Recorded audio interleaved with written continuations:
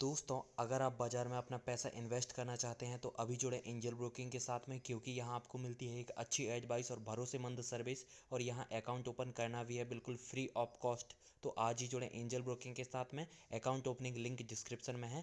आज ही अपना account open कराएं। ये चिप विप की शॉर्टेज भी अब खत्म होती सी नजर आ नहीं, रही आप है। चिप सेमीकंडक्टर कंपनी के शेयर अगर आप देखेंगे तो वो गिरने लग गए हैं, बिकॉज बोलते हैं अगले साल तो ओवर सप्लाई आ जाएगी चिप्स की। तो एक सबसे बड़ा एडवांटेज वो है, और इनका ऑब्वियसली इनपुट कॉस्ट जो है वो पूरा कोलैप्स कर गया है। तो वो और 1 साल 1.5 साल 2 साल हो गया कोविड में, कुछ पेंटअप डिमांड, कुछ ये कुछ वो। बट ऑटो एक सस्टेनेबल ट्रेंड नहीं है अगर आपके पास ईवी नहीं है तो। ईवी हमारे पास टाटा मोटर में है, लेकिन टाटा मोटर का वो उस स्केल का आउटपुट और प्रोडक्शन नहीं आ पा रहा है। वो अभी भी 1000 2000 3000 गाड़ियां बन रही है। तो मुझे लगता है कि टाटा मोटर ही अगर आपको देखना चाहिए ऑटो में अगर देखना है तो, अदरवाइज लॉन्ग टर्म के हिसाब से तो वही स्टॉक ठीक लगता है। राइट। इनफैक्ट चंद्रा साहब की कमेंट्री भी उनकी एजीएम से काफी अच्छी आई। मिड कैप स्मॉल कैप में आप क्या रिसर्च कर रहे हैं अभी? और या पहले आप मुझे स्पेस के बारे में बताएं। वहां तो मैसिव डैमेज है, 50-50 60% मिड कैप स्मॉल कैप में से फ्रॉथ हट चुका है जो लास्ट 2-3 साल 4 साल में हमने देखा है आपकी नजर में? फ्रॉथ तो हट जाता है। देखिए, अगर आप ओवरऑल देखेंगे तो रिटेलर जो है ना उसको अब मार पड़ रही है, अब उसके थोड़े हिम्मत जा रहा है। लेकिन मिड कैप स्मॉल कैप में बाइंग भी नहीं आती है जल्दी। म्यूचुअल फंड्स छूते नहीं है, बिकॉज आपको एंट्री ले लेंगे तो पहले उसका टैक्स दो 20% दाम बढ़ाकर, एग्जिट आपको मिलेगा नहीं। तो मिड कैप में रैली जो है वो बाद में आएगी। पहले निफ्टी बढ़ेगा, पहले बड़े शेयर मोटे शेयर बढ़ेंगे, फिर लोगों के हाथ में जब पैसे आएंगे तो मिड कैप में आएगा। बट ये अज्यूम करना कि मिड कैप स्मॉल कैप झट से उठ के भागने लग जाएंगे, मुझे नहीं लगता पॉसिबल है ये। अभी वैल्यू आ गई बट उनमें कुछ में वैल्यू तो ऑब्वियसली है, सब 3-4% 2-3-4% डिविडेंड यील्ड पे जितने भी अच्छे mid cap small cap stocks है, तो 2-2.5% dividend yield is good enough. But 6% dividend yield is bad. 6% dividend yield का मतलब कंपनी के पास कुछ करने को ही नहीं है, पैसे को वापस दे रही है। लेकिन ये बाद में चलेंगे, पहले लार्ज कैप। आप ऑयल एंड गैस स्टॉक्स को भी देखते हैं। हाल ही में सरकार ने एक डिसीजन लिया कि ये जो एबनॉर्मल रिफाइनिंग हो रही है उसको थोड़ा, उसका हिस्सा जो है गवर्नमेंट को जाना चाहिए। और इवन ओएनजीसी पर भी एक बड़ा $40 का टैक्स लगाया। पहले इस कदम को आप कैसे देखते हैं? क्योंकि यूएस ने भी ये बात की है, यूके गवर्नमेंट ने भी इस तरह की बात की है। उसके बाद हम बात करें कि रिफाइनिंग बुलरन क्या एंड हो गया। देखिए, यूएस और यूके तो 40 साल में एक बार ऐसी बात करते हैं, हम 4 साल में एक बार ऐसी बात करते हैं कि इसके पास ज्यादा पैसे पकड़ लो इसको, इसके पास ज्यादा पैसे पकड़ लो इसको। तो ये सब, जैसे किसी ने बोला माइकल होल्डिंग को कैसे खेलना चाहिए, तो किसी ने बोला खेलना ही नहीं चाहिए। तो मतलब अगर आपको ऑयल एंड गैस और ये सब कॉम्प्लिकेटेड चीज में जाना है तो बहुत मुश्किल है इसमें समझना, बिकॉज गवर्नमेंट का काम है वेलफेयर, शेयर होल्डर का काम है प्रॉफिट मोटिव। अब प्रॉफिट मोटिव और वेलफेयर मोटिव कहाँ मिले साथ में? तो मुझे लगता है वो प्रॉब्लम है, ये सब अवॉइड करें ज्यादा अच्छा। बट इसमें एक ऐसा प्ले भी है जो जहां पे इसके अलावा भी बहुत सारे ट्रिगर, उनके कंज्यूमर बिजनेस अच्छे जा रहे हैं, डिजिटल बिजनेस रिटेल अच्छा कर रहा है। अब सक्सेशन की और वैल्यू अनलॉकिंग की बात है, क्या उसमें कंफर्ट मिल सकता है? नहीं, कंफर्ट है, लेकिन कंग्लोमरेट में प्रॉब्लम ये है कि बूफे टेबल है। अब बूफे हर वक्त सस्ता होता है, अला कार्टे सर। जब भी खाना खाने जाएंगे तो आप बोलेंगे मुझे अलग से नान मलाई कोफ्ता खाना है, वो बोलेंगे सर इसके 1000 लगेंगे, 1000 में बूफे में आ जाओ। तो वो कंग्लोमरेट्स का प्रॉब्लम होता है कि उसका वैल्यूएशन होती नहीं है। बट हाँ, स्पिन ऑफ अगर कर दे तो ऑब्वियसली फिर तो बेट करना चाहिए सब पे। राइट। कैपेक्स साइकिल की बात करें, हमने देखा कि इंडिया में क्रेडिट साइकिल 13% हाई पे आया, और एसबीआई ने हमें बताया इस बार कि अभी उनको वर्किंग कैपिटल की लोन्स की इंक्वायरीज और कुछ कैपेक्स रिलेटेड लोन्स की इंक्वायरी बहुत बढ़ रही है, जो नहीं हाल था। आप कैपेक्स प्ले को कैसे डोमेस्टिक वर्किंग कैपिटल तो अजय जी क्या होता है ना, जब इन्फ्लेशन आता है तो हर आदमी का inventory cost, running cost, debtor सब बढ़ जाता है, और मार्जिन वो उतना पास ऑन नहीं कर पाता है क्योंकि खरीदार को भी मार पड़ रही है। तो वर्किंग कैपिटल तो अपने आप इन्फ्लेशन के कारण समझिए वैसे बढ़ जाता है।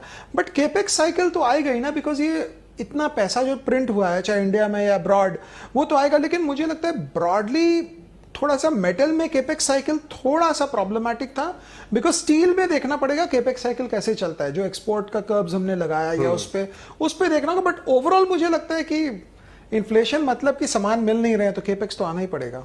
इन्फ्लेशन आपने बोला तो एक बात मैं ये भी जानना चाहूंगा कि हमारे देश में बहुत सारा इन्फ्लेशन एक्चुअली इंपोर्टेड इन्फ्लेशन है, क्योंकि हमारे यहाँ तो खाद्य पदार्थ तो काफी सफिशिएंट होते हैं। सब टमाटर जो 100 रुपए किलो बिकता था, आ ही गया, आफ्टर 60 रुपए आ गया। तो इंपोर्टेड इन्फ्लेशन वाली इतनी ज्यादा गिरावट नहीं आई है, बाकी जो हम डोमेस्टिक बनाते हैं वो सब नीचे आके। आपको लगता है कि बाजार 2 से 4 महीने में इन्फ्लेशन का भी टॉप आउट फैक्टर इन करना शुरू कर देगा? जैसे इन्फ्लेशन भी तो बेस ईयर नंबर है ना, मतलब इस साल अगर क्रूड 120 है और अगले साल भी 120 रहा तो इन्फ्लेशन तो जीरो हो जाएगा। अगर क्रूड अगले साल 120 का 110 हुआ तो इन्फ्लेशन माइनस में आ जाएगा। आपने इतना हाई स्टैंडर्ड सेट कर लिया है कि उसको ऊपर जाना पे इन्फ्लेशन होगा, तो ये अरिथमेटिक है, ईयर ऑन ईयर कंपैरिजन है, मुझे लगता है ये तो नॉर्मलाइज हो ही जाएगा। क्योंकि हम जब करेक्ट होना शुरू हुए अक्टूबर में, तो यूक्रेन वगैरह ये सब तो बाद में आया, पहले तो हम वैल्यूएशन के बोझ में दबना शुरू हो गए, बाकी चीजें आती गई। तो जो ट्रिगर्स थे वैल्यूएशन आपके हिसाब से करेक्ट हो गए इनफ? वैल्यूएशन करेक्ट हो गया। अगर आप यूएस बॉन्ड यील्ड देखें तो 3.5 से 2.8 पे 2.88 पे शायद कल बंद हुआ, तो वो बता रहा है कि शायद इंटरेस्ट रेट्स भी उतर। अगर फेड का काम क्या है? फेड का काम था इकोनॉमी की कमर तोड़कर रिसेशन में लाना, जो हो गया। जो अगर अपने आप ही उसकी कमर टूट गई तो फेड क्यों हथौड़ा मारेगा उसके बाद? तो objective of Fed was not to raise interest rates but to ensure कि 2 क्वार्टर का रिसेशन आ जाए एक बार। तो वो अगर आ गया तो मेरे ख्याल से काम आपको लगता है कि 4-6 महीने में, क्योंकि आपने इतने साइकिल्स देखे, 4-6 महीने में इंडियन बुल मार्केट भी रिज्यूम हो जाएगा क्योंकि यूएस में बॉटम बन गया है? हाँ, ये आपने लास्ट लाइन एकदम बिल्कुल सही बोला कि यूएस अगर बॉटम बन गया तो हम तो रिज्यूम हो जाएंगे, बट यूएस अगर बॉटम नहीं बना तो हम तो भाई डाउ के पीछे पीछे। बट हमारे पास क्वेश्चन भी है कि कॉर्पोरेट प्रॉफिटेबिलिटी अच्छी है, 10 साल की हाईएस्ट लेवल पे इंडिया के कॉर्पोरेट प्रॉफिट्स हैं, वो भी हमारे डाउन साइड कहीं हद तक क्वेश्चन करते हैं। आप एक डेटा देखें, अगर 2 ट्रिलियन की इकोनॉमी और 25% का सेविंग है तो 500 बिलियन की सेविंग हो रही है। अगर 5% या 10% भी शेयर बाजार में आता है पैसा, तो 25 से 50 बिलियन हर साल आता है। तो ये जहां अभी तो इक्विलिब्रियम है, वो बेच रहे हैं हम खरीद रहे हैं, वो बेच रहे हैं हम खरीद रहे हैं, जहां वो बेचना बंद किए और यहां पे जोश आ गया लोगों को ज्यादा, तो मुझे लगता है शेयर तो मिलेंगे ही नहीं, कहीं हर्षद मेहता वाला सिचुएशन नहीं हो जाए। बट क्योंकि लोकल सेविंग्स बहुत है, तो एफआईआई की सेलिंग अभी एब्जॉर्ब हो रही है, इक्विलिब्रियम में बाजार है, बट जहां छोड़ दिया जाए मुझे लगता है 1-2-3 साल में डोमेस्टिक सेविंग टाउन देगा बाजार को। इनफैक्ट ये आपने अच्छी बात बोली कि बेयर्स बोलते हैं कि भाई उन्होंने 40 बिलियन बेचा बट 500 बिलियन होल्ड किया हुआ है अभी, लेकिन बुल्स बोलते हैं कि हिस्टोरिकली उन्होंने एफआईआईज ने 16-17% टॉप में होल्ड किया इंडियन इक्विटी को और नीचे में 13-14%, हम 14.5-15 पे आ गए, तो शायद रेंज में। बट ये बताइए कि आपका कारोबार कैसा चल रहा है, आपके पीएमएस का कारोबार, और आप अपने क्लाइंट से किस तरह की बातचीत कर रहे हैं? क्या इस करेक्टिव फेज में नया पैसा आने के लिए उत्सुक है, या आप बता रहे हैं कि साहब अभी रुक जाइए हम बताएंगे, but call money on call तैयार रखिए? कारोबार तो हालत खराब है, शेयर बाजार गिर गया है 25% ऊपर से पोर्टफोलियो डाउन है, तो कारोबार तो अच्छा चल रहा है लेकिन वो उसका अभी इम्पैक्ट तो ऑब्वियसली नेगेटिव है।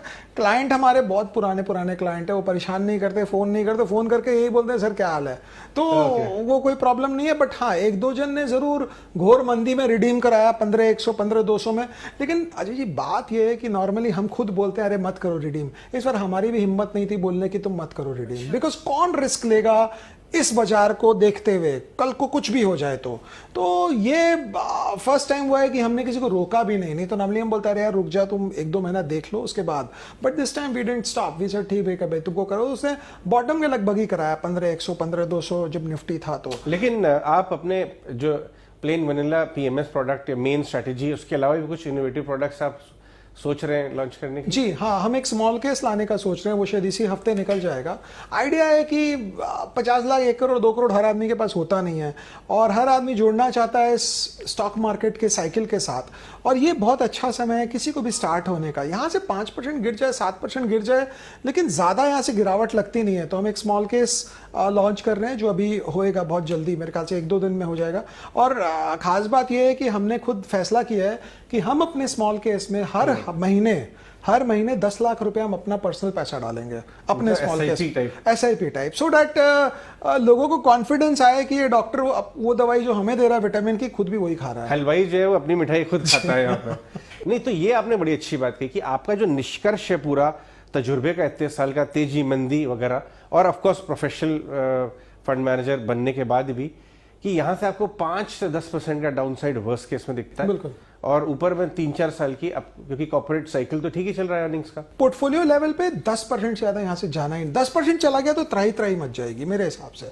10 इज एग्जैजरेशन। आपके पोर्टफोलियो की जो कंपनीज हैं, मैं बिना नाम में जाने के, एक ब्लेंडेड उनके अर्निंग्स की हालत क्या है? हालत बढ़िया है, खस्ता है या क्या? नहीं, हम लोगों ने लास्ट ईयर से पोर्टफोलियो में ऐसी कंपनी ली सोचकर कि कुछ भी हो जाए 3 साल में अर्निंग्स डबल होनी चाहिए। तो 3 साल में तो 2 ही क्वार्टर गए हैं, अर्निंग्स तो डबल हुई नहीं है अभी क्योंकि 3 साल बचे हैं। शेयर के भाव जरूर 20-25% गिर गए हैं ऑन एन एवरेज, बट ठीक है, अगर अर्निंग्स डबल होगी तो इतने साल से देखें बाजार में अपने आप आगे पीछे भाव आते हैं अच्छे लेकिन